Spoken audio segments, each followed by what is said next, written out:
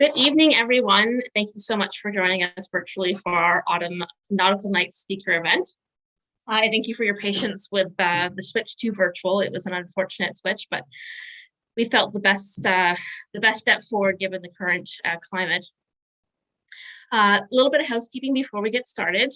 For those of you who have not joined our Nautical Night speaker series before via YouTube, if you would like to send us a message in the chat to share where you're joining from, we'd love to hear. And any questions that you want to ask our speaker, Chris Chafe, feel free to use the YouTube chat function. If that's not working for you, you have the option of sending your questions by email to marmus@marmuseum.ca. I will put that email address in the chat, but it's marmus@marmuseum.ca. Before we get too far along, I just wanted to acknowledge the recent passing of Ross Cameron, who was a longtime friend and supporter of the Marine Museum. And as some of you might remember, one of our Nautical Nights aficionados who was often present for the introductions of our speaker nights. And his collaboration was greatly felt over the last year and a half, and actually 2 years since I started.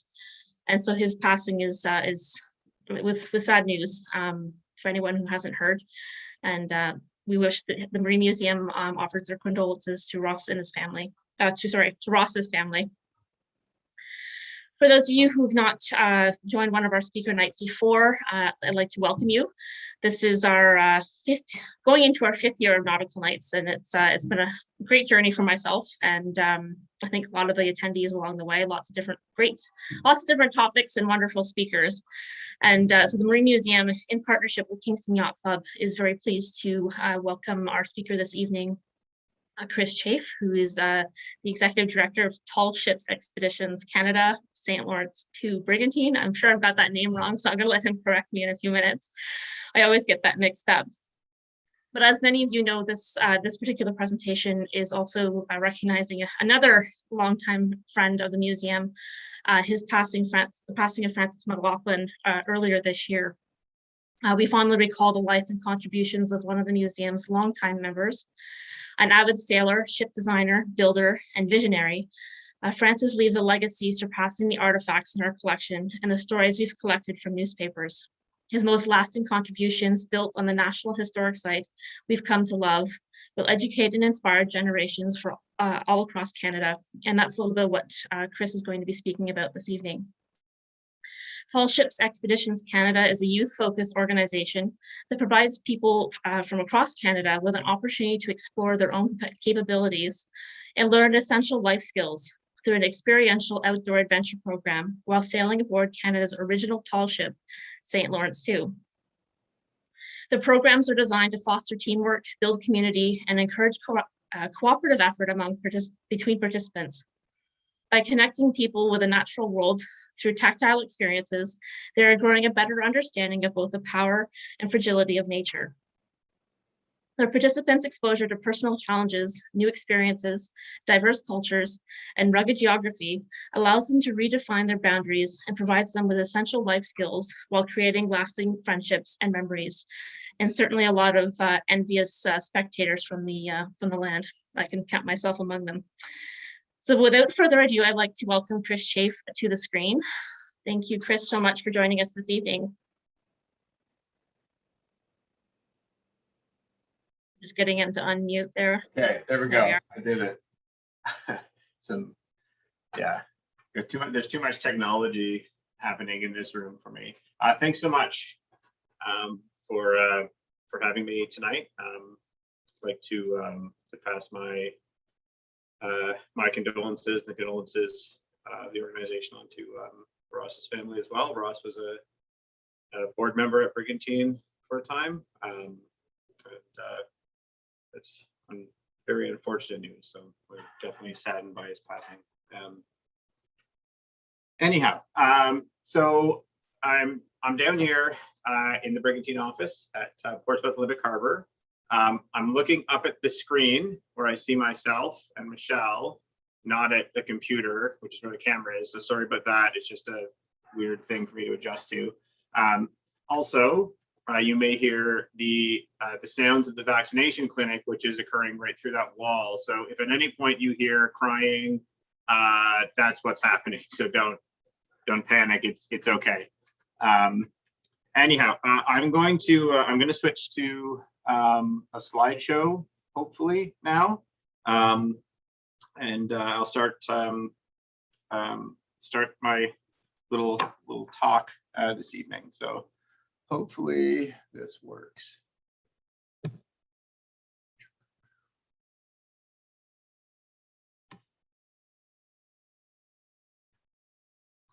Good. Yeah. So this entire organization would obviously not exist without Francis. Like there would be no Brigantine. There would be none of the outcomes that Brigantine has delivered over the years. And you know, beyond the direct influence that Brigantine has had on young people and the community at large, the tentacles of the organization have spread out globally, and the organization and the ship has definitely had a rather significant impact on traditional sailing and sail training globally, which is, I think, a lot more than Francis or Mike or anyone else envisioned when when they founded the thing. That you know, the part of the dawn of the new age of sail is directly attributable to Brigantine. If there was no Brigantine, there wouldn't be a lot of other things that are currently happening. So it's sort of a neat thing how when you put you know, a dream in motion, it could just keep picking up and picking up momentum and spreading. So anyhow, what I'm going to talk about tonight is a bit about the founding of Brigantine, some of the aspects that went into founding the organization, the ideals that went into founding the organization, some of the things that have happened over the past 67 years, and sort of looking at where we are now and where we're going to be going, hopefully in the next few years. So the St. Lawrence II is the manifestation of a mad dream, really, involving a sad old wooden schooner, a determined yachtsman, businessman, and philanthropist, and a defiant young naval architect, all supported on this impossible quest by a community that understood the value of sailing ships as adventure training platforms for youth, a la Outward Bound on the water. The ship is a result of outside the box thinking big, a determined young dreamer, and a community that bought into a big idea. Let's make sure this is going to work. Uh-oh.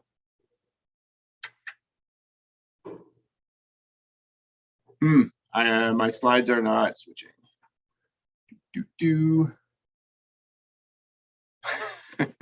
There we go. All right. Okay. So we'll start by just, you know, touching on Francis, and this is excerpts from something I wrote after he passed away. Francis MacLachlan was a remarkable man in every conceivable way.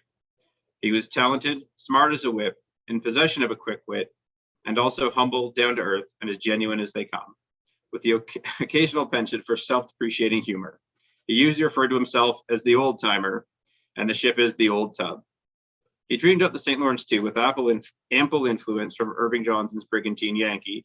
Anyone who doesn't know Yankee, you can go take a look at a picture of it, and it becomes obvious pretty fast that it had some influence on the design.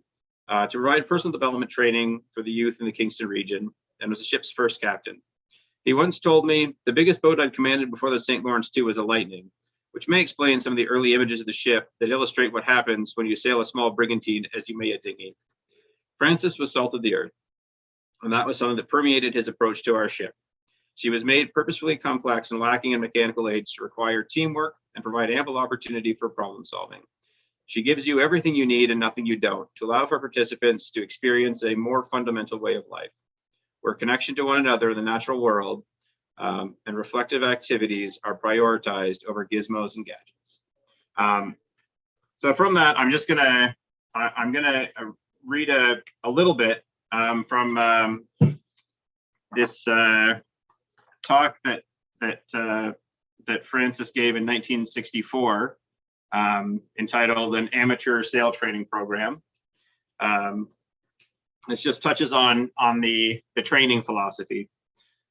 St. Lawrence II is not designed to train people specifically for the sea, but rather to use the discipline of the sailor's life as a means for developing character and toughening the mind and body.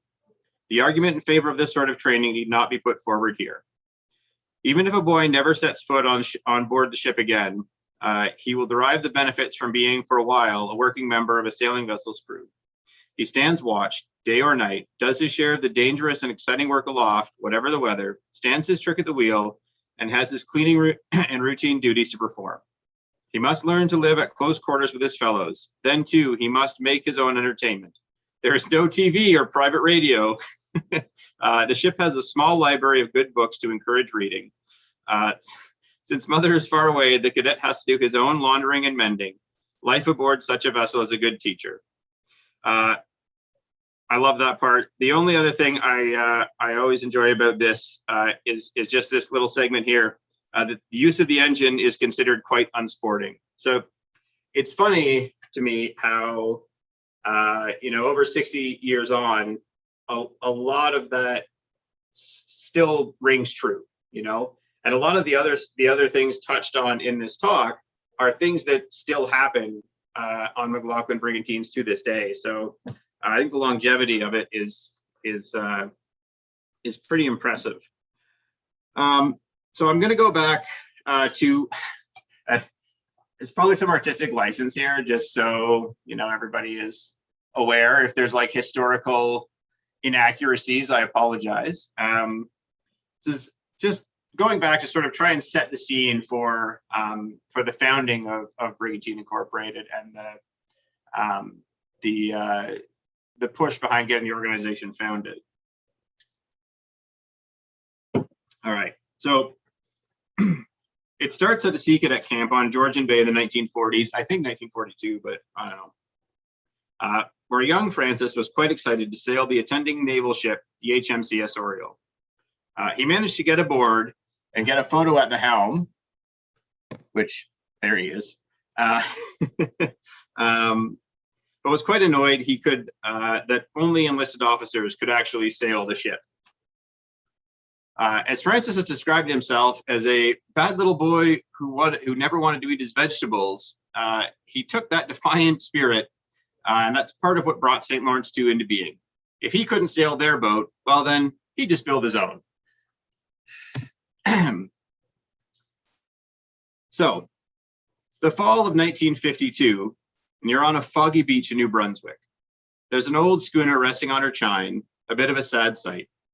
Her masts are rigged, but clearly she's in some disrepair. Something to dream on if you squint and focus and listen to the sound of the waves gently rolling over the beach stones. You can almost see her taking flight, her stem cutting smartly through the seas as her billowing white canvas drives her hard. But as it stands, she's a hulk, and realistically, not a suitable candidate for a sail training vessel. So it was back to the drawing board. Brigantine Incorporated was founded in 1952 after a trip down east to look after a schooner lying on the beach in New Brunswick. The end result of a dream to develop a sail training program, a sail training ship for use by local cadets. So Gord Workman, Francis, probably some other people, took a trip down to take a look at this schooner to see if it would make a good candidate for a sail training vessel, and the decision was no, it would not. Somewhere in the long trip, trip back to Kingston, Gordon Workman would remark to Francis, a recent naval architecture graduate, "You're a naval architect, you designed it." So Francis, being Francis, did just that. A year later, I mean, this is sort of ridiculous, because if this was fall 52 and the boat was launched early winter 53, that's a pretty short turnaround. Those dates could be incorrect, but still, usually takes a lot longer to get a boat put together. A year later, in the early winter of 1953, the St. Lawrence II was launched from Kingston shipyards, and so came to fruition a marvel of community support, funded entirely by donations for local businesses and citizens. A ship that would inspire generations of Kingstonians, launch many careers, become a place friendships are built, and where young people can challenge themselves to develop skills and grow. And when I talk about sailing a brigantine like a dinghy, this is the stuff I'm talking about. It's just, wow. All right.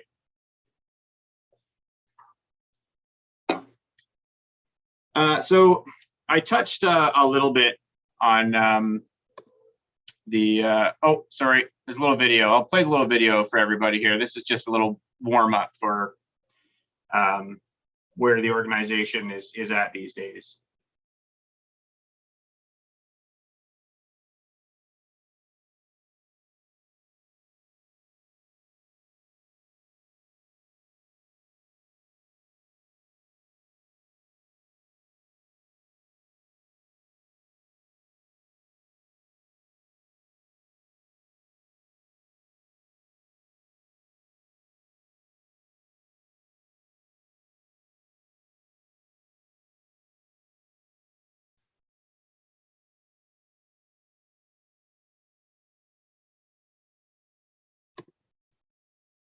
Oh God, it wants to just play again. Don't do that. There we go. Okay.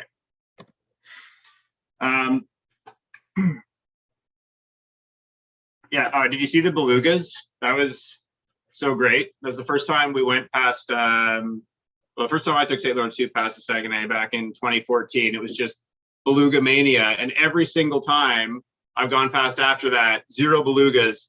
And I was so disappointed, because I figured after we saw them the first time that every single time you went past there, you would just have belugas, but turns out incorrect. Anyhow, so back to the program. Tall Ship Expeditions Canada Brigantine is a community organization that operates the Tall Ship St. Lawrence II as a community space. Everyone is welcome to sail aboard and to be involved. The ship itself is an immersive outdoor education platform, which combines a powerful personal development program with the inspiration of tall ship sailing. There's something about the tactile nature of a sailing ship. The sights, the sound of the sails in the wind and the ship cutting through the water, the smell of the air, the feel of the ropes and canvas, and the wonder of exploration that puts you in the moment and facilitates introspection, growth, the formation of strong bonds to the natural world, landscapes, and to your fellow sailors. The design of the ship necessitates the dismantling of interpersonal barriers and the creation of genuine connections through working together towards a common goal.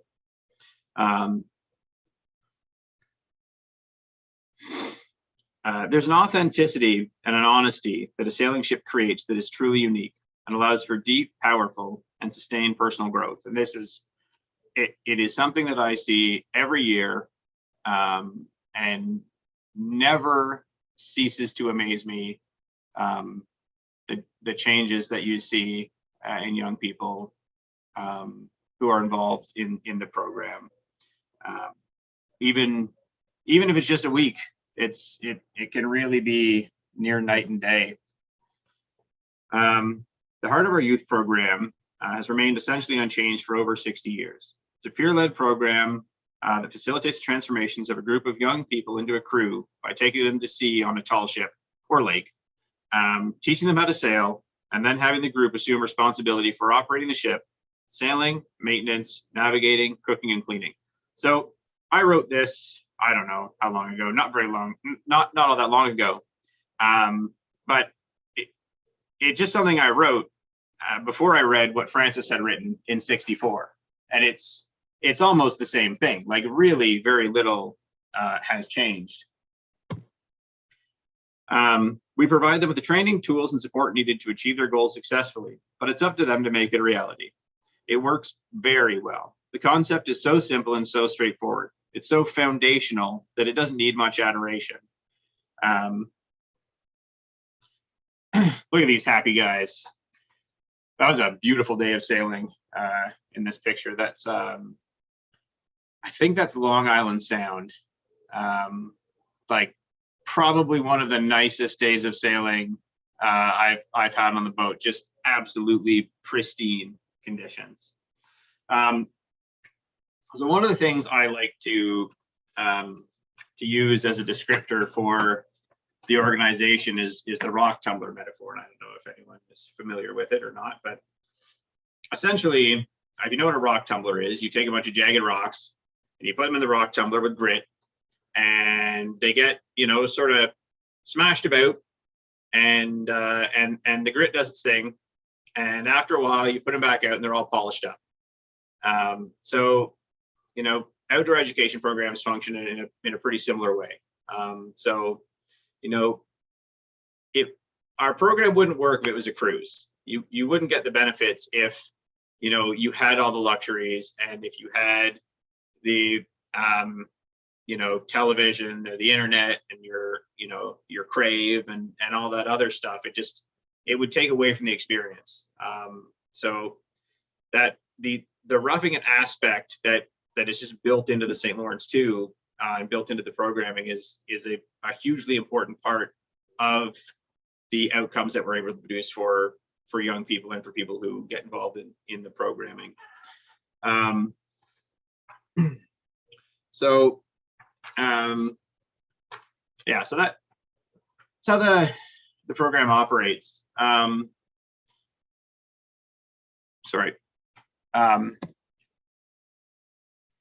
So the program ran sort of, I guess you could describe it as close to an autopilot for about 53 years, maybe a bit more. You know, the boat was launched in 1953. Boats always require a lot of work. But, you know, you get good community support, a vibrant program, and you can really get in a role, especially, you know, with Francis being in charge for so long. The program got developed and honed so well that it was able to just keep going and going. You know, doing the same thing year after year. So there's some up and down, and the whole endeavor takes a lot of dedication, hard work. But the youth and charterers showed up year after year. The shine and polish was applied by the youth program participants, and all was well. Things started to change around 2007.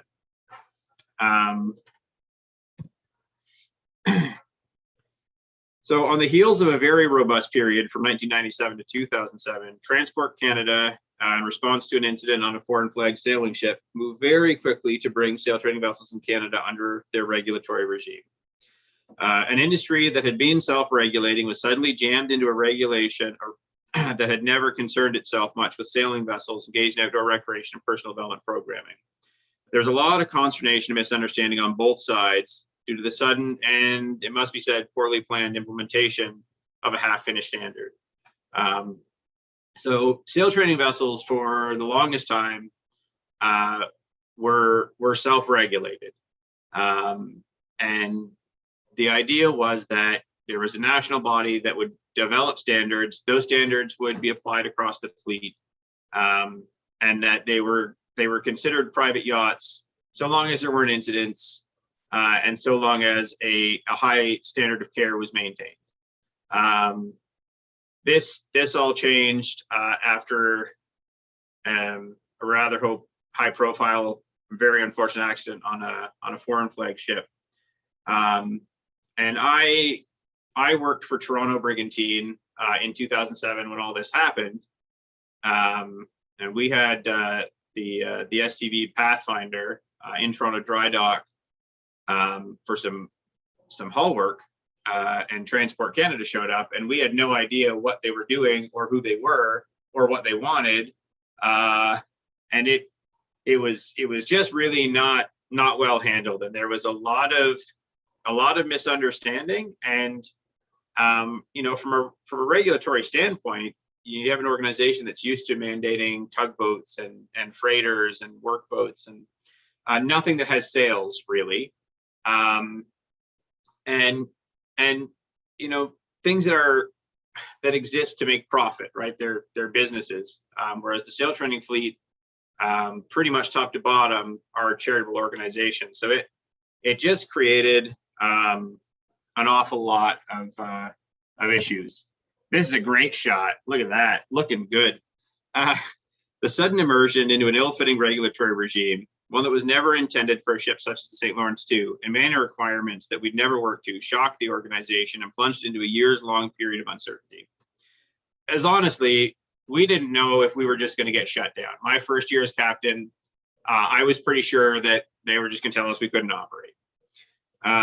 The need to focus the organization's limited resources on regulatory alignment meant that resources were not available elsewhere, and so enrollment and awareness started to slip. Two other things had been happening that made that even worse. One, slowly over time, user groups had begun to drift off, whether due to economic pressure, safety or liability concerns, or in response to other outside forces, or just a loss of interest. Much of what had to sustain the organization just slowly vanished. Now, the ship herself was getting older, as can be evidenced from Exhibit A. She was in need of some rather substantial work. Her steering system, hull and framing, and rigging were all in need of a significant attention, but none of these items were fully captured in the conformity plan issued by the regulatory body. So what that meant was that a lot of work went into completing tasks that were maybe not what should have been the top priority. So this picture here, this is underneath of the old galley, which I imagine hadn't been exposed since the early 2000s. This picture was taken in 2016. Yeah, so as you can see, there was an awful lot of work to do there. All right, look, it's me. So this is where I come in. I started with Telescope Expeditions in 2012. That first summer was by far the hardest I'd ever had.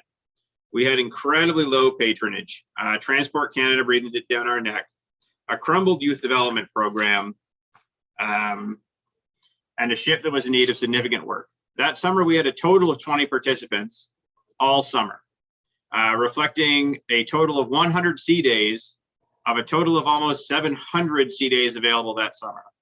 We spent the entire month of August sailing around Western Basin of Lake Erie without a single participant. So, you know, there's a lot of things that happened that sort of left us in the position we were in. But the single biggest thing was the shock that happened when the regulatory regime came down as fast as it did, and altered things as quickly as it did. They're just, you know, the organization did not have the resources to respond to it. And there's a lot of confusion between the regulatory bodies and the sail training organizations as to like how this was all supposed to work. So it's far from being any one person or any body's fault. It just strained resources, and when you don't have the resources to make up a deficit, that it just keeps going. It's rolling downhill, and that deficit is just getting deeper and deeper. And there's me playing a banjo, even though I don't know how to play banjo. All right, so revitalization. I don't know that anyone was acutely aware of the decline or where it had started, but by 2012, it was evident that things were not going well. So we set about to start turning things around. We established a new operations committee, which in turn set a critical hierarchy for our operations. So the operations committee was very key in a lot of this. I think bringing in people that had experience dealing with Transport Canada and experience dealing with regulatory bodies helped us a lot, because we sort of had a translator, which helped us understand what was expected of us, and helped explain to the regulators what we sort of could and couldn't do and what we were trying to accomplish. So the hierarchy of operations: first, you need a ship that can be certified, that the operations committee feels is safe for service. If there's no ship to sail, there's not a lot of point in anything that follows. So step one, if you don't have a boat you can use, nothing else matters. You can book all the trainees you want, you can book all the sails you want. If the boat isn't safe to operate, too bad. Secondly, you need professional staff required to meet the vessel's safe manning document. And this is an ongoing thing. Like this is an issue that exists to this day. To be the captain of St. Lawrence II, you need to hold either a Master 60 Limited for the vessel, or you need to hold a Master 150 Limited. All of our summer programming stuff, we have to run with a master and a mate, 150 gross ton, as well as 4 deckhands. That's a big change from the old days when you needed a captain that the board of directors felt was competent and a bunch of teenagers. So you need to make sure that you have a professional crew who also know how to sail the boat. Most people that hold professional licenses don't know how to sail. They know how to push barges. They know how to drive tugboats. They're great at that stuff. Sail propulsion is a completely different thing. So you need to make sure you have professional staff who are familiar with the ship and have robust sailing experience. Captain and mates hold the required certificate of competency, as well as required technical and educational skill set, are not easy to find. There's a study that was done. I don't know if it's my friend Pete Allison at Penn State told me about it, but I don't know where the study was done. It might have been University of Edinburgh, but basically they looked at sail training vessels and the impact that the captain had on participant outcomes. And essentially the discrepancy between captains could be really quite noticeable, because some captains are just fine sailors who can't run an educational program, whereas other captains are fine sailors who can run an educational program. And that it can be a really difficult skill set to find somebody who cannot crash a boat, can sail it effectively, and also knows how to run an educational program. Third, you need a well-trained crew and a vibrant youth program. It's very tough to rebuild if it falls below critical mass. Trust me, I know. Yeah, the peer-led program is such an important aspect of what we do, and I think it is so often overlooked just how crucial it is. You know, if you go into a winter program with less than 10 youth enrolled, you are in trouble for the following year. You need somewhere between 12 to 22 youth enrolled in the program to keep it self-sustaining, and that it is so crucially important to the organization. I think it does get overlooked how important the youth crew is to the organization, but like that's what we are. Without a youth crew, we're just like a captain, a bunch of volunteers, and a board of directors without a whole lot of purpose. Like, we can't really sail the boat without the youth crew. So very important. And the fourth thing is you need community support and you need patronage. Because of all the previous steps are a waste of time if no one is using or supporting the program. And in very short order, you're back to step one again. It's rather self-evident, I guess, but you need people to use the boat. Like, the entire reason to run this organization is so that people can use this boat. The youth program is part of that. The summer camps are part of that.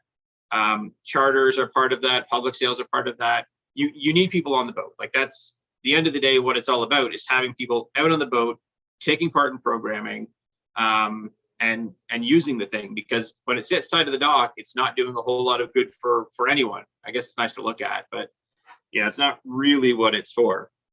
For the program to be successful, you need to have all these elements working together. Lose any one and the whole thing can collapse in a hurry. This is as close as I could find to an after shot. It's just the other side, but that rusty mess, this is what it looked like after we were finished with it. So much less of a rusty mess. Between 2013 and 2021, the ship has been hauled out of the water 5 times. And every single time, my heart has beaten in my throat because lifting the St. Lawrence II with a crane is terrifying. We've built and installed a new galley. Thank you, Alan. New cabin soles, completed 15 plate repairs, rebuilt the forepeak and the afterpeak, framing and plating, installed new shafting and a new stern tunnel, replaced the entire wooden deck, built 2 new lower masts, had a new suit of sails made, thank you, Andy, installed new renewable energy battery and charging system, thank you, Alan, installed telemetry system, thank you, Alan, installed 2 new radios, thank you, Ed, an AIS, thank you, Ed, an electronic chart system, thank you, Ed, new LED lighting, thank you, Alan, and much more. So the ship herself is in pretty good shape right now. We're about 3/4 of the way through our most recent 5-year. And yeah, we cut out a lot of boat and we replaced a lot of boat, but the systems are all functional. New suit of sails, the rig is in good shape. So, you know, we've really come a long way with the physical boat. And it has taken an awful lot of work, and I think it's taken a toll on some people. We have at least a couple broken ribs to show for the work that's gone into it, but it's been well worth it. So, oh, look at these guys having fun. So the program has also rebounded. Thanks to a really significant effort from the volunteers, the board of directors, employees, and most importantly, the youth enrolled in and the full-time youth program. So despite the pandemic taking a pretty significant financial toll, which I'm sure we're all suffering through, we did manage to weather it mostly intact. And we've routinely seen usage numbers of between 75 and 90% occupancy in the summer program between 2016 and 2021, excluding 2020 when we had 4 trainees, but that's a whole other thing. So the organization is in reasonable shape, and the youth program is in reasonable shape. I mean, like, it's definitely come a long way from where it was, but there is definitely still room for us to grow.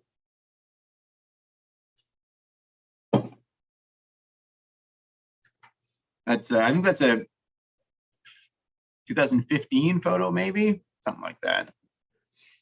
All right, so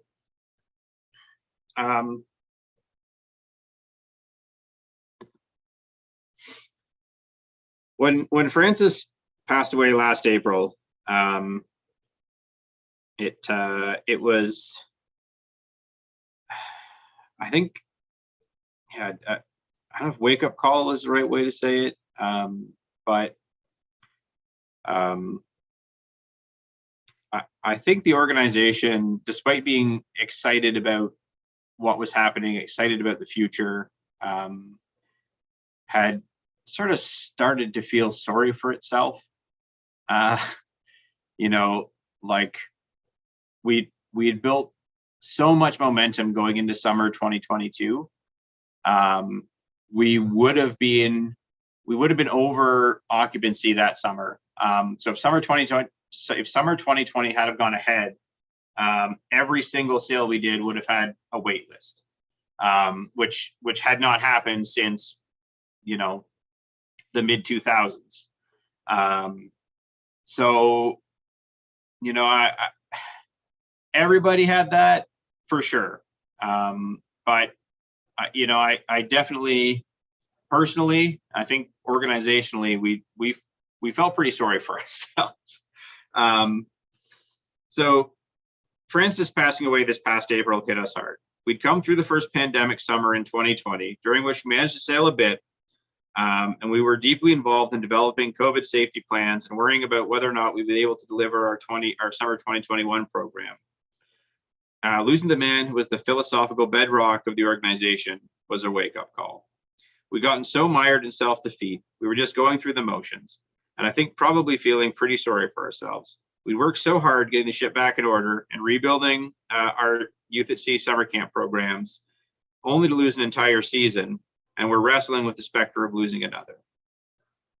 I'm sure it was something that everyone was feeling to some degree. The pandemic was dragging on, as it is now, and the excitement that had been developed in lead up to 2020 season had somehow made the drop feel that much higher. We needed to try something new, something big, and something inspirational. I think that was the thing that hit me the hardest about Francis passing, was that, we'd learned the lesson doing the same thing too much.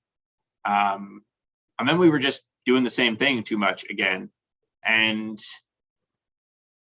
the organization and the way we approach things needs to change a bit with the times. The core program is always going to work. We don't need to abandon the core program. Outdoor education, personal development programming works. But, resting on our laurels never worked well for us. And that was, I think, maybe where we were heading. Now this is a nice picture of, I'm not sure who that is. It might be Stump up there, or it could be Beverly. It's hard to say. It's a little bit blurred. That's a good one. Francis passing forced us to think more about what the purpose of the organization was and how we could best deliver on our mandate. From there, we started to explore some concepts and ideas that would solve some of the ongoing deficiencies the organization had, while also doing something bold that would provide opportunity, programming, training, exploration, and inspiration for as wide an audience as possible. And thus was born the Forgotten Shorelines concept, a 2-year voyage through Maritime Quebec, Western Newfoundland, Labrador, and Nunatsiavut that would have no user fees and would focus on bringing together diverse youth from across Canada and uniting them on board the St. Lawrence 2. So this is a picture of the St. Lawrence 2 in Gaspé Bay. So that's, I don't know if that's the park in the background there, but it's right near there. And this is 2014.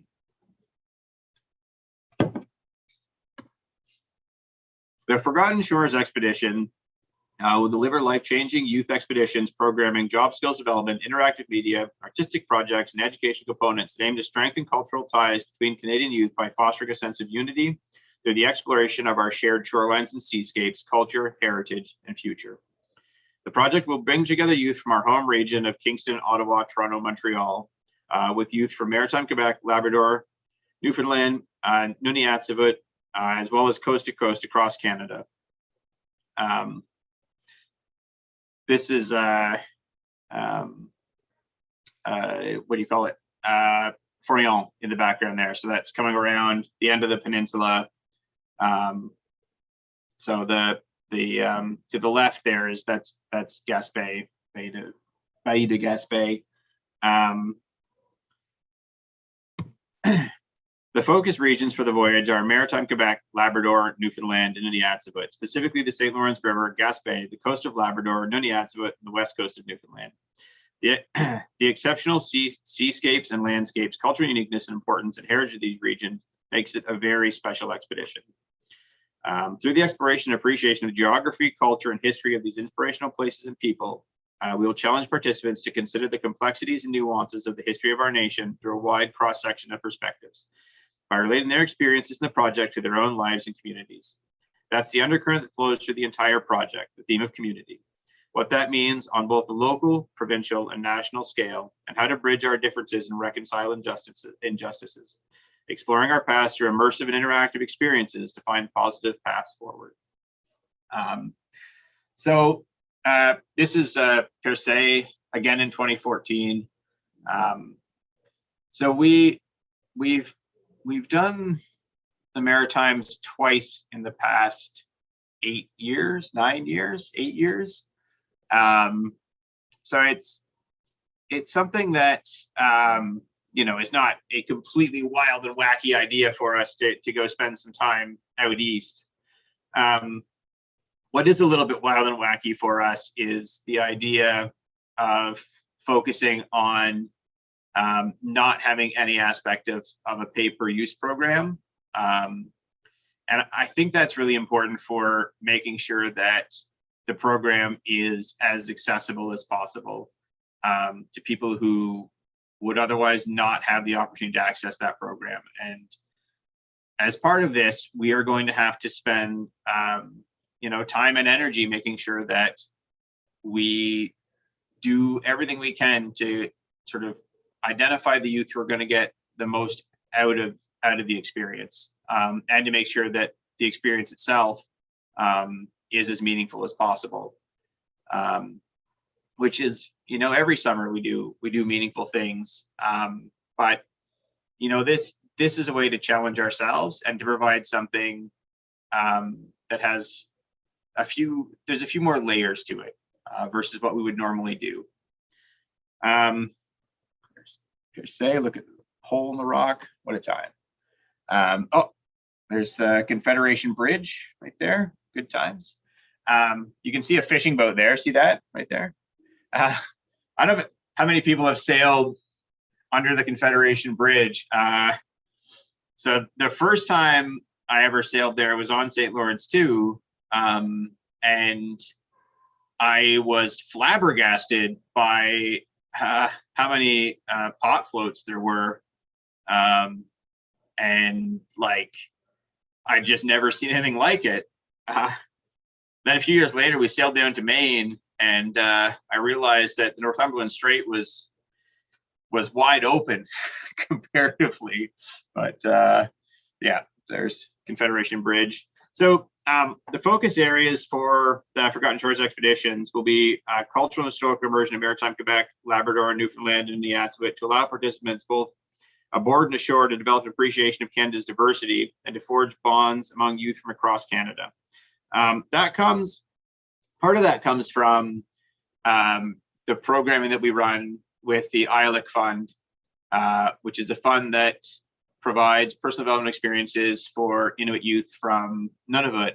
We've been working with them since 2017, and just had some like amazing experiences. So that was definitely the catalyst behind trying to bring together youth from different backgrounds on this neutrally alien platform that is a sailing ship. Like, nobody is familiar with a sailing ship, or very few people. So it's this sort of great equalizer where nobody has that much of an upper hand. So the coming together of a wide range of young Canadians, including newcomers to Canada, Indigenous youth, BIPOC youth, inclusive of 100 fully funded bursary spaces aboard the ship. The development of practical, inspirational, educational tools and packages for use by educational institutes, groups, and individuals that will provide an interactive touch point with the project while producing real-time support and important voyage preparation materials.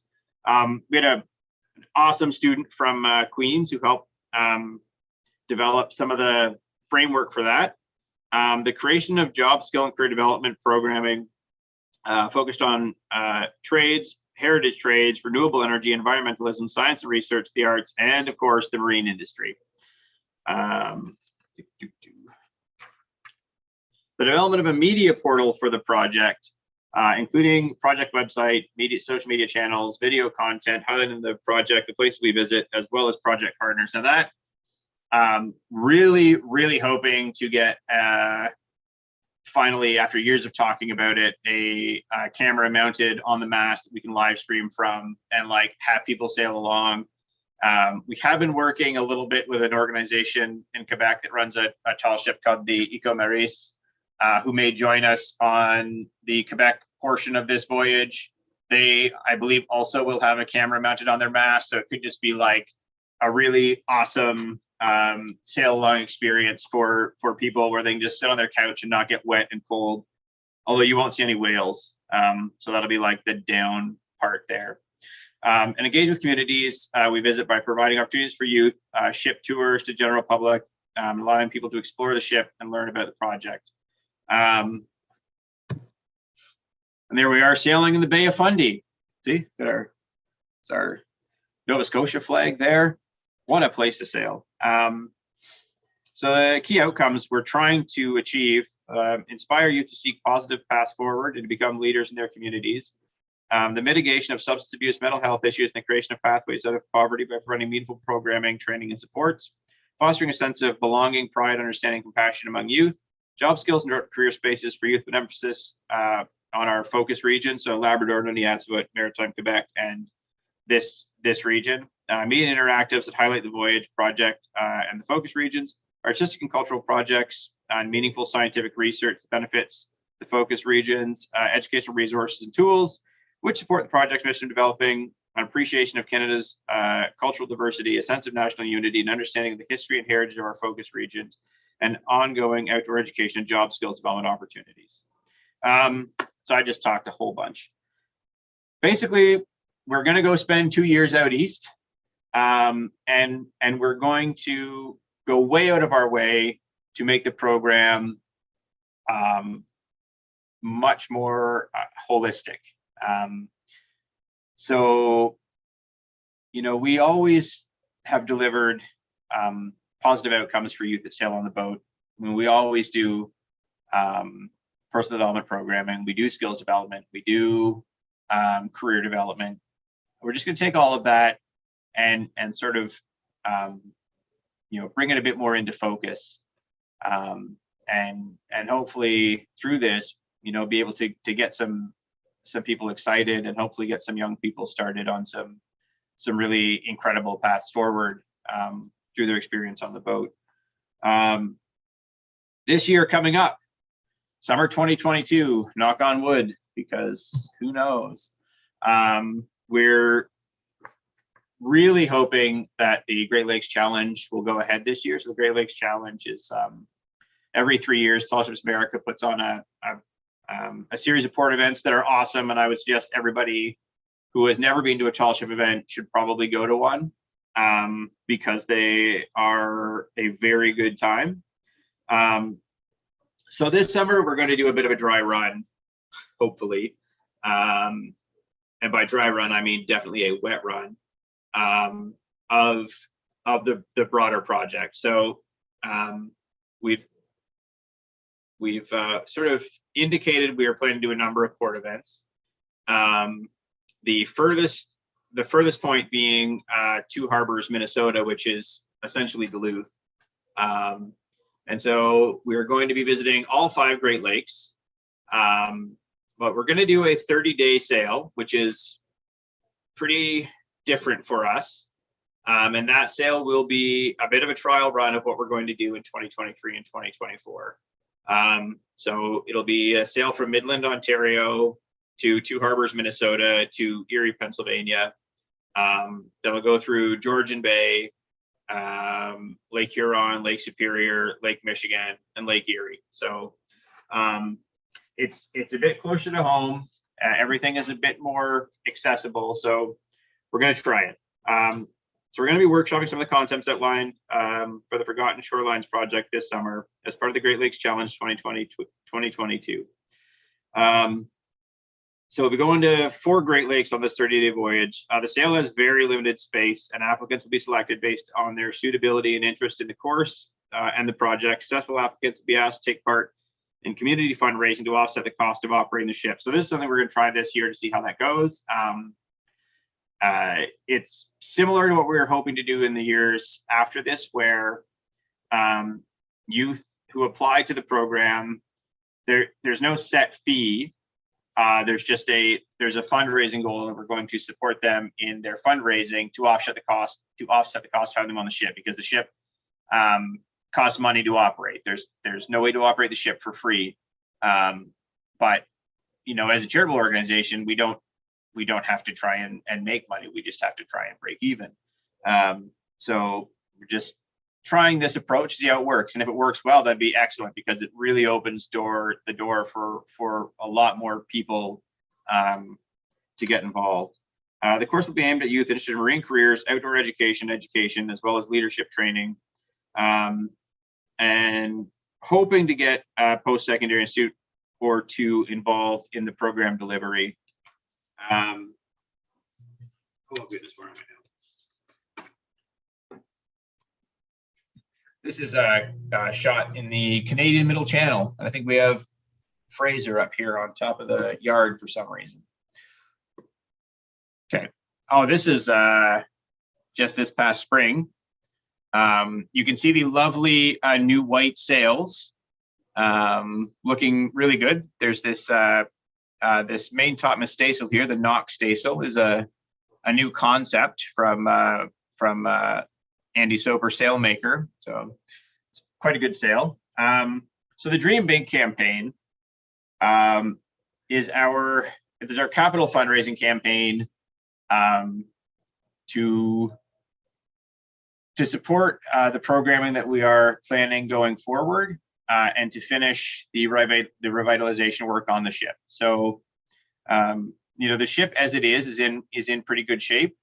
There are a few more projects that have to get finished to have it be in sort of A1 condition. But of course, those are not the least expensive of the projects need to happen because we have not done them yet. Undertaking a project of this magnitude is no small feat. In order to make it happen, we're engaging in a fundraising campaign in Francis' memory, the Dream Big campaign. The campaign is focused on providing bursary and scholarship support for applicants from across Canada. We'll need to raise approximately $200,000 in scholarship support to enable access to the voyage. This will fund operational costs, travel, and consumables for over 100 youth to sail aboard the ship over that time. So that's over a 2-year period.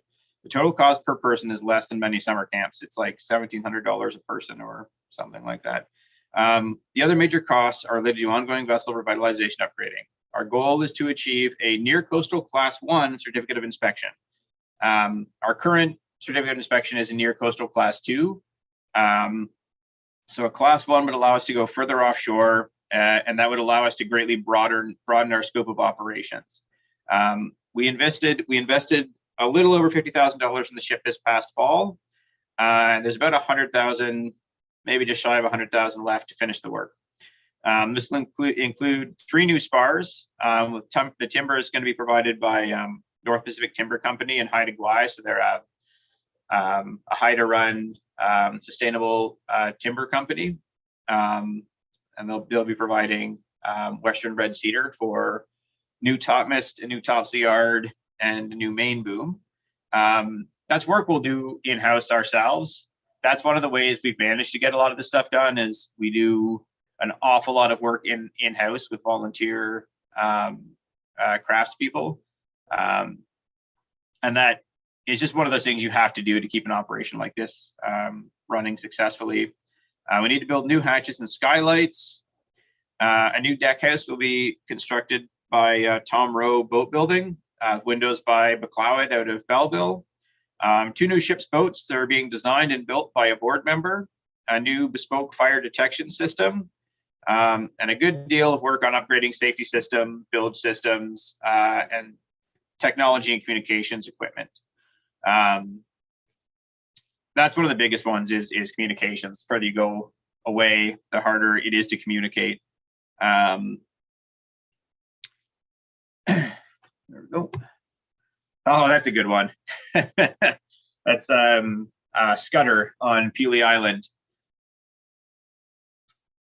So that's one from the right, Janae, Sebastian, and Brandon. So Janae and Sebastian are from Coral Harbor, Nunavut, and Brandon is from Pond Inlet, Nunavut. So we're going to be launching the community fundraiser as part of the broader fundraising initiatives. So we're going to run most of our campaign through GoFundMe because it makes donating simple and allow us to describe projects we're working on in more detail. It'll also function as a portal for youth participants to help them fundraise to offset their involvement costs for this upcoming summer, which we're hoping will further eliminate barriers to participation. So give a quick little shout out to a few of our supporters here. In support of the project to this point, Axo Nobel International Paints has donated a little over $10,000 worth of coatings for the ship, and the base coatings will last at least 20 years. They've been great, like just a fantastic resource for us. Sage Restoration is donating Le Tonkinois varnish for the mast spars and sails. We did I wanted to add the photo to this, but for some reason it wouldn't work. But we did a big test board last summer to try a bunch of varnishes and a bunch of approaches to applying the varnish, and all the Tonkinois stuff just like incredible how well it lasted. So they're donating varnish, as well as providing guidance and insight on product use and preservation techniques. Tom Rowe Boat Building, forever and always, has been fantastic to us. Alistair, our first mate, built a new binnacle last year, 2 years ago. He was working with Tom, and they've also done aluminum wishbone spreaders for the main mast that have been just absolutely amazing. Like, nobody can tell they're aluminum. It's great. Kingston Marina, thanks so much for like all the generous support for so long, and for dealing with how terrifying it is to haul the boat out. And Spearhead Brewery, currently selling K-Rock cans at their store, and the proceeds from those sales are going to support Tall Ship Expeditions Canada Brigantine.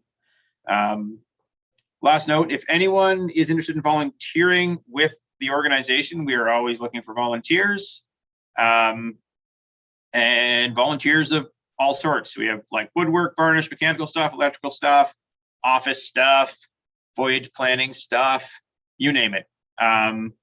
So anyone is interested in getting involved, we would definitely encourage you to do so. And with that, I'm going to stop talking. I'm also going to stop sharing my screen. And there we go. Thank you very much. Thank you, Chris. Lots of wonderful information. And again, I'm always so envious of the photos that I see. And usually it's on Instagram, or I'm taking them from shore for that matter. But it's such a wonderful, wonderful program, and lovely to see all those amazing pictures of the youth out and exploring our shorelines. We have a couple questions that have come in through the presentation that I'll ask in a second here. I just got to find them. And for anyone who's writing their questions out, please feel free to send them through the YouTube chat or by email to marmuseum.ca. So the first question we have two questions from Charles Kidd. The first one is, in the view of the founding principles of focusing on the ship and one's duties, what are the current practices regarding cell phones, iPads, and I guess basically technology? So those from Charles Kidd. Okay. Yes. So Charles, what I'll say is, in Francis's handwriting here, there's no TV and no private radios, and we stuck with that. So cell phones are permitted to take pictures, but they are not permitted on deck, like for anything other than taking pictures. Now there's a standing rule that says, if parents choose and they want to have daily communication, we can arrange that. It just needs to be at set times and under set conditions. So it's not just, kids like with their phones out texting all the time. Yeah, it's a challenge for us.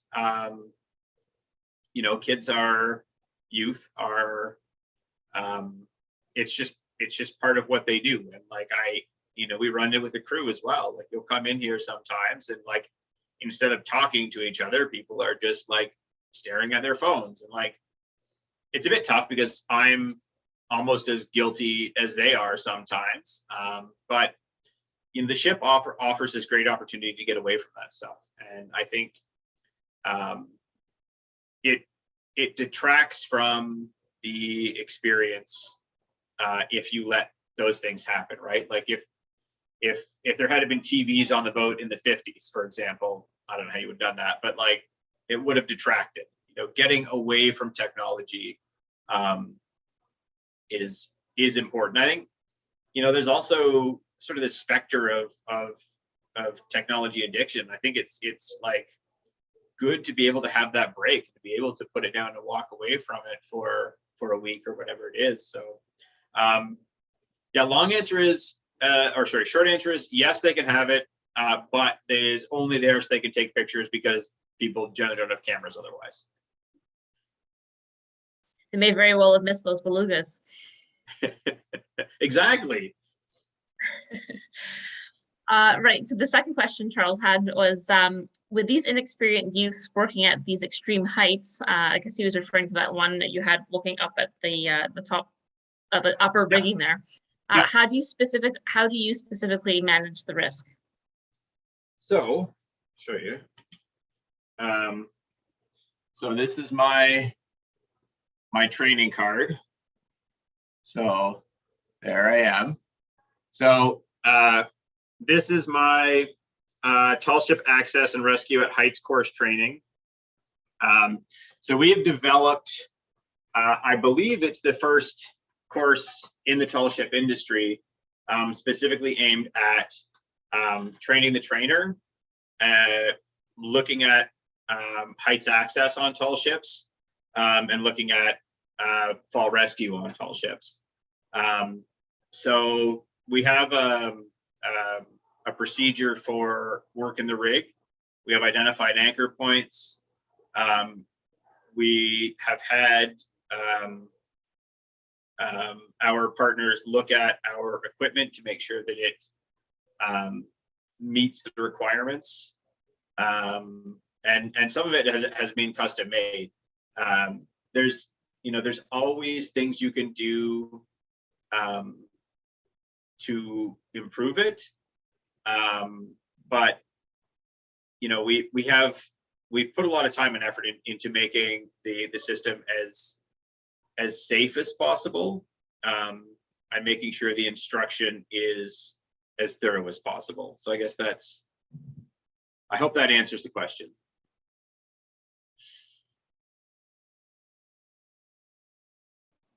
Remember to unmute myself. Charles, I'll let you respond if you have any follow-up to Chris's answer. And of course, I'm happy to forward any further questions you have by email. One question I had, Chris, was you've talked a lot about where the program started, where it's going, and like a lot of the youth that are coming through it. But I was just a bit curious about the alumni of the program and where they've ended up, and what the connections are with that alumni, because I'm sure many people know or are familiar with any organization, alumni, especially educational organizations. Alumni are a big part of that community and advocates for the program and your strategic priorities. I was just curious about your alumni, what they're doing now, and if they ever come back, I guess. Yeah. Well, I mean, yes, they definitely come back. Sometimes don't go away, which is great. Yeah. There are a lot of alumni, and unfortunately we have lost the master alumni list. So I only have an alumni list going back to 2013, and then random contact with alumni earlier than that point. Where the list went, nobody knows, but it's not here. So we have alumni on our committees. We have alumni that support us in a variety of different ways. So recent graduates. So since I've been involved again, you know, we have people that have gone on to do all sorts of things. So we have a lot of engineers for some reason. We've put a number of youth into the Canadian Coast Guard College. Few young people through Georgian College in both the navigation and the marine engineering streams. People, yeah, I don't know how many people are familiar with the term up the hawse pipe, but you know, a lot of people who just work their way up to command positions by, you know, being deckhands on various boats and working their way up. Yeah, just it is a diverse and robust alumni group. But yeah, I meet people all the time who you know will come by, who sail on the boat sometime. It is unfortunate that we don't have that sort of master alumni list anymore, but you know, I like to think that the alumni spirit is strong, but you know, it could always be stronger. We did our first alumni sail in a while in 2019. It was awesome. It was so much fun. So people got engaged. There was a storm. It was great. But you know, obviously the plans for 2020 and 2021 to do that again fell through. So hopefully we'll be able to pick that back up, get more people down, and more people involved. Oh, one thing of note, so one of our alumni, who is Francis's, what's Jonathan's great nephew? Somebody will correct that. Anyhow, Jonathan is in goes to Memorial and is doing some sort of marine engineering stuff, and he's been helping us with selecting new engine mounts. So you know, not only you know, are the alumni involved, they're also like really useful. A lot of give us a lot of support. Like, we could not operate the way we do without the alumni.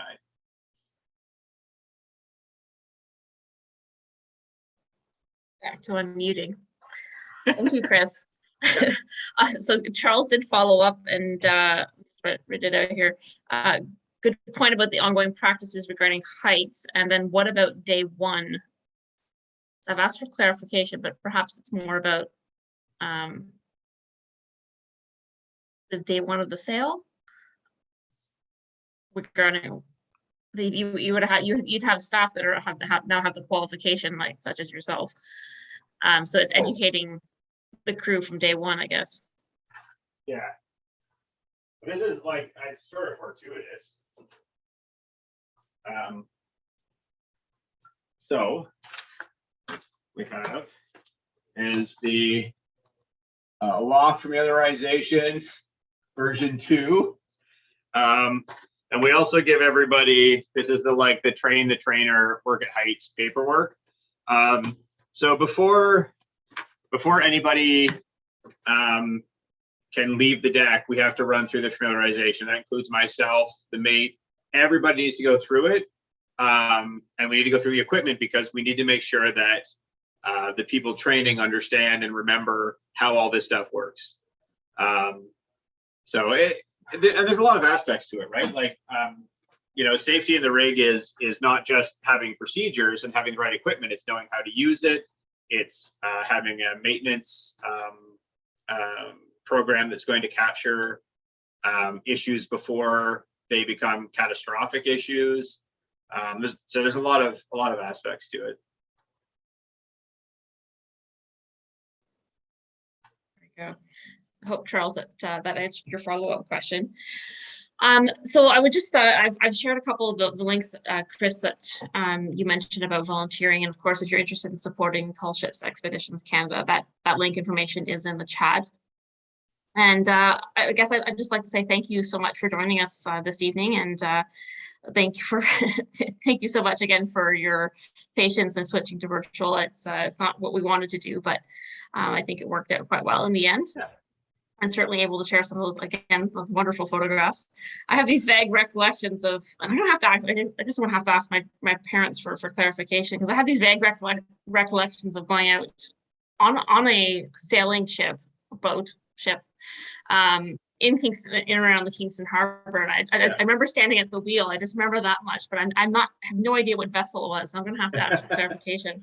I like to think it was the St. Lawrence too, but I honestly don't know. We'll go with it. Sometime in the 90s, I think. Yeah. So it's nice to have those connections. And of course, we've worked, you know, the museum and St. Lawrence too have some really close connections, and we very much look forward to working together in the future. Absolutely. Yeah. Yeah. And I'm very hopeful for a full and productive spring and summer 2022.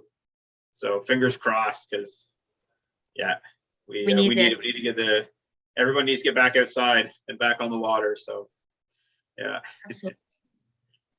Okay. So on that note, I'd like to again thank everyone for joining us. A couple things from the museum perspective. We are offering our guided tours from on Wednesdays and Fridays at 2 p.m. Take a look at our website. I'm going to put in the link for that now. There we go. If you're interested in booking a guided tour of our National Historic Sites, that's a 45-minute guided tour. And we are open Monday to Friday, 10 to 4 now at our 55 Ontario Street location. Very, very exciting. And just if you'd like to sign up for a newsletter, you can do so on our website. Lots of big and exciting things happening in 2022, much like Tall Ships. And we'd love for you to be part of it. And as always, wish everyone well, stay safe, stay sane. And we very much look forward to welcoming you for our Winter Nautical Night Speaker Series, soon, information of which will be released later this month. So thank you again, everyone, for joining. Thank you so much for your comments. I'll pass those on to Chris. And we'll see you again very soon, hopefully in person. Take care.